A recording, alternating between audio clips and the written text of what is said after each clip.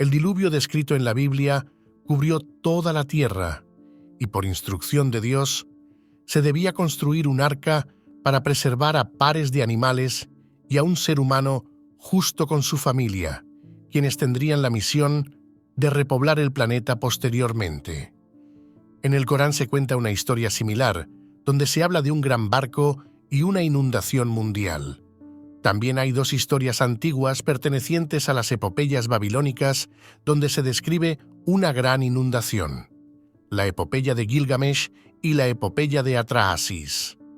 Estos relatos describen una realidad que probablemente tuvo algo o mucho de verdad sobre la ocurrencia de una gran inundación. Sin embargo, para creyentes, exégetas y científicos, siempre habrá preguntas sobre cuestiones particulares del evento. ¿Realmente el diluvio de Noé cubrió toda la tierra? ¿De dónde vino el agua que provocó una inundación de tal magnitud? ¿A dónde fue toda esa cantidad de agua que alguna vez cubrió la tierra por más de un año? ¿Qué evidencias científicas respaldan o refutan este hecho bíblico? ¿Realmente la Biblia da respuestas certeras a estas y otras interrogantes? Antes de meternos a fondo, no te olvides de suscribirte a nuestro canal y activar las notificaciones para mantenerte al día con nuestras actualizaciones. El diluvio bíblico, llamado también diluvio universal, fue una inundación mundial que se presentó como un castigo para eliminar la maldad del mundo y preparar la tierra para un renacimiento solo con personas justas y fieles a una creencia. Este tipo de castigos no es exclusivo de la cultura cristiana, sino que también se presentan paralelismos en otras culturas antiguas. Se narra en el Génesis, primer libro de la Biblia, y consiste en el anegamiento de la tierra en su totalidad por culpa de la maldad extrema reinante en ella, donde solo se salvará el patriarca Noé con su familia y parejas de animales que él mismo escogería para luego repoblar el planeta. Aceptar esta historia bíblica como un hecho real es algo que varía entre los exégetas y los religiosos, entre quienes aceptan la historia de forma literal, quienes la ven como una alegoría, o quienes creen que debe haber algo de historia que diera origen al mito. No obstante, si contrastamos el hecho bíblico con lo que la comunidad científica puede avalar, es incompatible con datos geológicos y paleontológicos. Pese a una tendencia a creer en su origen mítico, los científicos no consideran en lo absoluto que los hechos hayan sido tal cual fueron relatados en la Biblia o como se les interpreta. La mayoría de los científicos no cree que realmente haya ocurrido una inundación de tal magnitud, aunque esos científicos no descartan que sí se haya dado una gran inundación, pero solo en una zona específica del planeta. Es decir, que haya ocurrido una gran catástrofe de inundaciones posible, mas no que haya cubierto toda la Tierra. Al respecto, hay varias hipótesis. En primer lugar, en la ciudad de Chupac, hubo una gran inundación de lluvia que está probada arqueológicamente, cuya data se remonta hacia el 2900 a.C. También está la inundación del Mar Negro, que Sesú era un lago de agua dulce durante la última era glacial, y cuando estaba por terminar, con el aumento del nivel de los océanos, la angosta franja de tierra que lo separaba del mar Mediterráneo se habría erosionado, lo que provocó una inundación catastrófica en toda la cuenca de Mar Negro que aumentó su nivel e inundó vastas extensiones de superficie en poco tiempo. Por otro lado, también se ha teorizado el hecho de que el diluvio universal en realidad pudo ser un tsunami mediterráneo provocado por la erupción del Etna en la ribera oriental de Sicilia. Un estudio publicado en el año 2006 sugiere que el hecho pudo haber ocurrido cerca del año 6000 a.C. y provocó un enorme tsunami que dejó huellas en distintos lugares como Israel, en el asentamiento Atlit Yam, que hoy día está bajo el nivel del mar y que fue abandonado de forma repentina para esa época. Otra hipótesis vinculada con el mito del diluvio universal es la teoría de la catástrofe de Toba, donde se plantea que hace 70.000 años la humanidad se redujo a unos 10.000 habitantes luego de un invierno volcánico de 6 años y lluvias generalizadas, Finalmente, otra explicación que comparten varias culturas donde se hace mención a este evento es que en el pasado prehistórico el mundo estaba cubierto de hielo y cuando la glaciación acabó hace unos 12.000 años aproximadamente, hubo un aumento del nivel del mar, lo que provocó inundaciones principalmente en las costas del planeta. Realmente la inundación no cubrió las montañas en la Tierra, más bien produjo a través de la tectónica vertical ascendente, mientras se drenaba el agua del diluvio, que las montañas emergieran del fondo hasta la superficie. Hay evidencia geológica de que las montañas alguna vez estuvieron debajo del océano, puesto que hay restos fósiles marinos en las rocas sedimentarias que forman las cimas de muchas montañas. En el caso particular del monte Everest, en su cima hay fósiles de crinoideos marinos incrustados en piedra caliza. Entonces, la elevación de las montañas y el hundimiento de los valles fue lo que provocó que al final el agua del diluvio de Noé se drenara producto de los movimientos verticales de la corteza terrestre. Los continentes y montañas se elevaron al mismo tiempo que los valles y fondos oceánicos se hundieron. Evidentemente, la fuente del agua que inundó la Tierra no era la humedad que hoy podemos encontrar en la atmósfera, pues sería insuficiente para provocar una inundación como la descrita en el diluvio bíblico.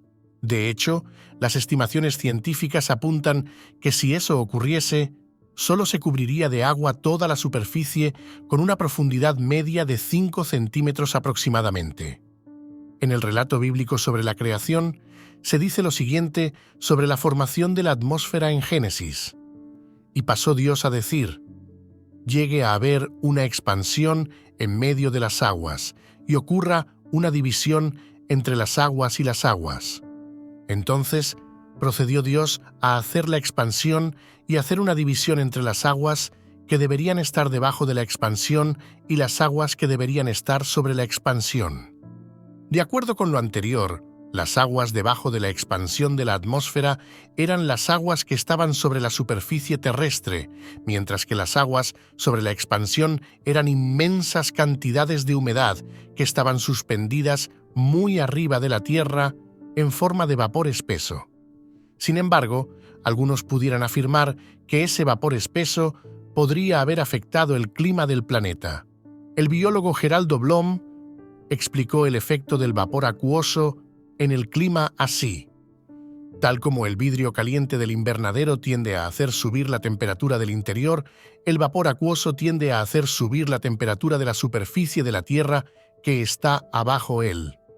Este hecho de que el clima de la Tierra fue uniformemente caluroso en un tiempo se reconoce frecuentemente y hasta algunos datos de investigaciones respaldan ciertos asuntos descritos en el diluvio bíblico.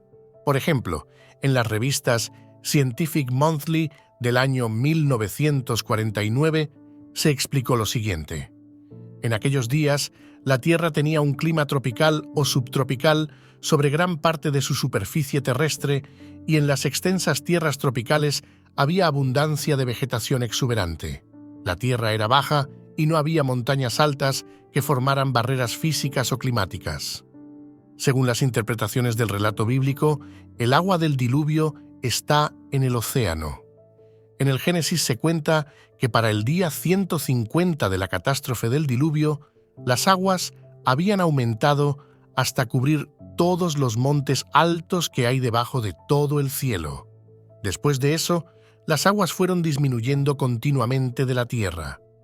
Según los cálculos, este proceso duró unos 7 meses.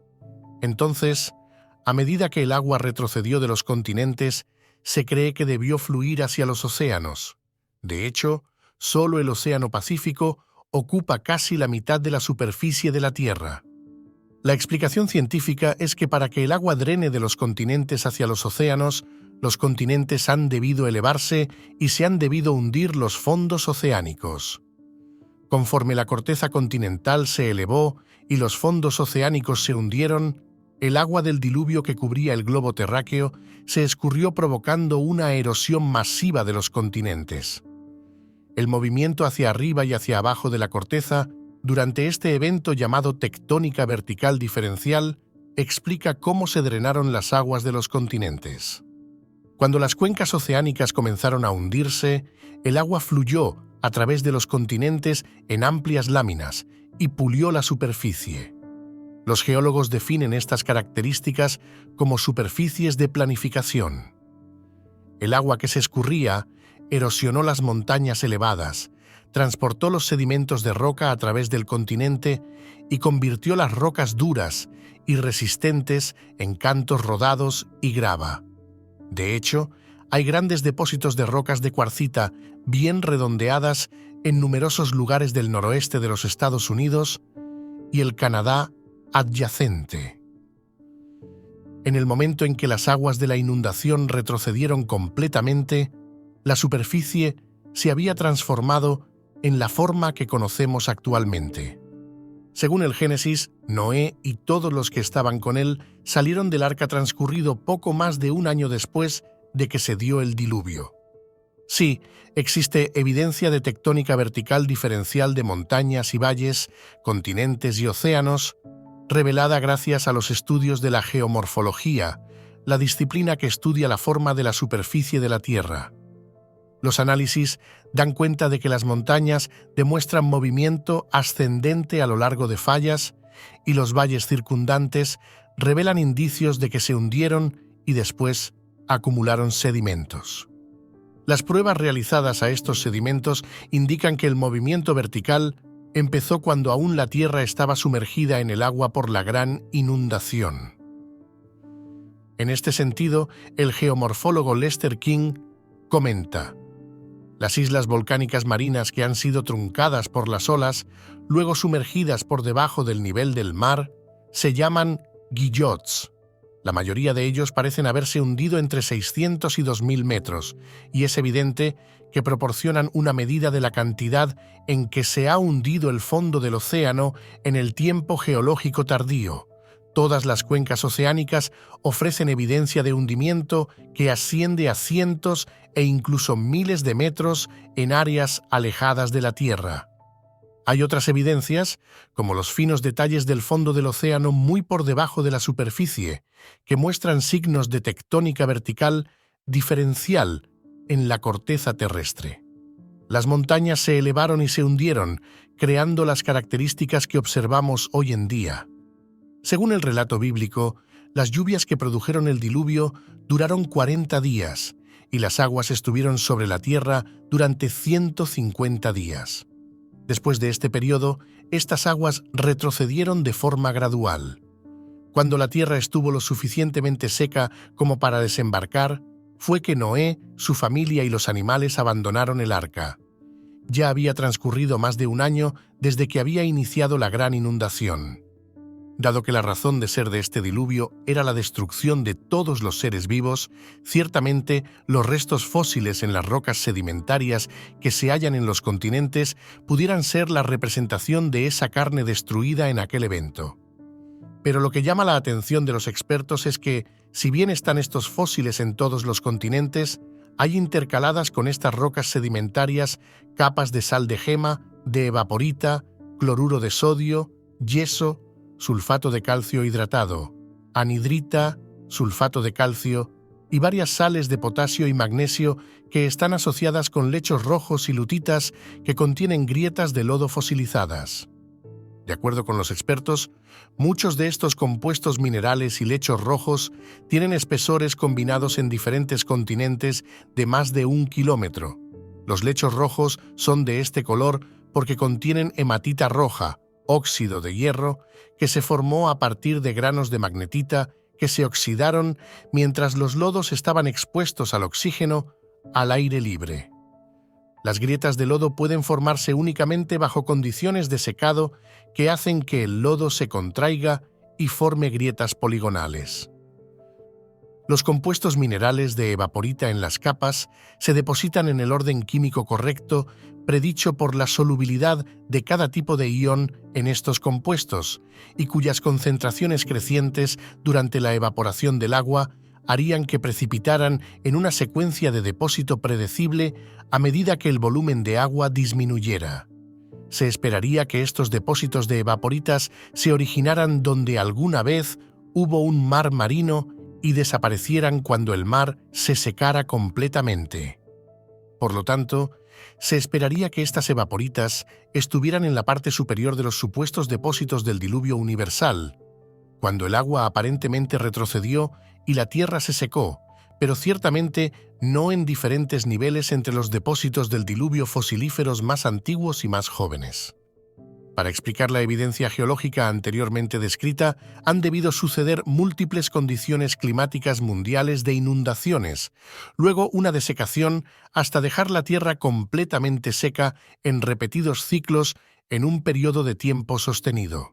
Partiendo de lo anterior y de que la Biblia solo menciona que hay un momento donde las aguas del diluvio retroceden y dejan la tierra seca, es decir, solo eso pasó una vez, es lógico pensar que todos los depósitos de evaporita y lechos rojos en muchos niveles diferentes del supuesto diluvio universal pudieron formarse solo en climas locales con ciertas condiciones desérticas de sequía.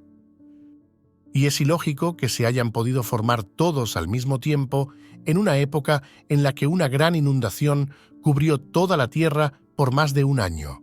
Es decir, el relato bíblico con esta evidencia no describe un evento global en toda la tierra, sino un gran diluvio regional.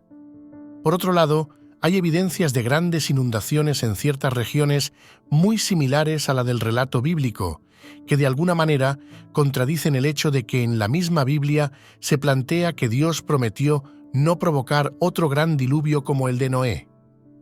Por lo tanto, debería haber al menos evidencia geológica de una inundación única que difiera de las que ya se tienen de inundaciones regionales como la del sureste de Mesopotamia, Irak, la cercana a la antigua ciudad sumeria de Shupak al sureste de Bagdad, o la de lugares cercanos al noreste de la antigua ciudad babilónica de Kish, al sur de Bagdad, donde pareciera que no era inusual que hubiese inundaciones en la antigüedad. La cuenca de los ríos Éufrates y Tigris, en la que podría haber ocurrido la inundación, se extiende por más de 1.600 kilómetros desde el Golfo Pérsico a través de Mesopotamia hasta Siria y Turquía, y lateralmente por unos 1.000 kilómetros desde el este de Arabia Saudita hasta el suroeste de Irán, un área de más de 1.6 millones de kilómetros cuadrados.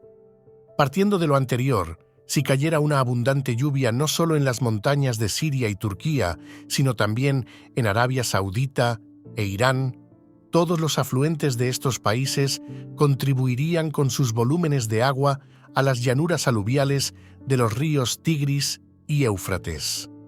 Debido a la curvatura de la Tierra, el horizonte cae desde donde se encuentra el espectador, pero la caída es proporcional al cuadrado de la distancia entre el espectador y un objeto en el horizonte. A partir de estas relaciones, se puede notar que alguien en aquel entonces, Noé, de pie en la cubierta de un barco grande, quizás a 7.8 metros sobre el agua, no sería capaz de ver las cimas de ninguna colina de hasta 15 metros de altura desde tan solo 24 kilómetros de distancia a través de llanuras aluviales cubiertas de agua porque la curvatura de la Tierra lo impide. La mayoría de las colinas de esta región, que tienen hasta 15 metros de altura, están a más de 95 kilómetros de los diques de los ríos.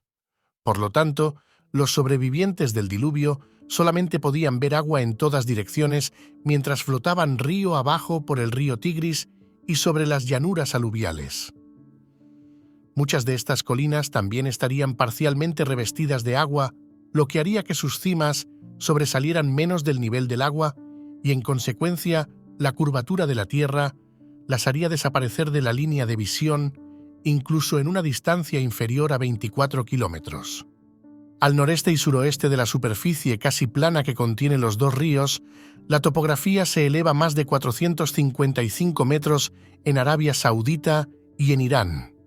Los cálculos muestran que elevaciones de 455 metros de altura no se pueden ver más allá de 86 kilómetros de distancia y estos lugares están a más de 160 kilómetros de los ríos Éufrates y Tigris.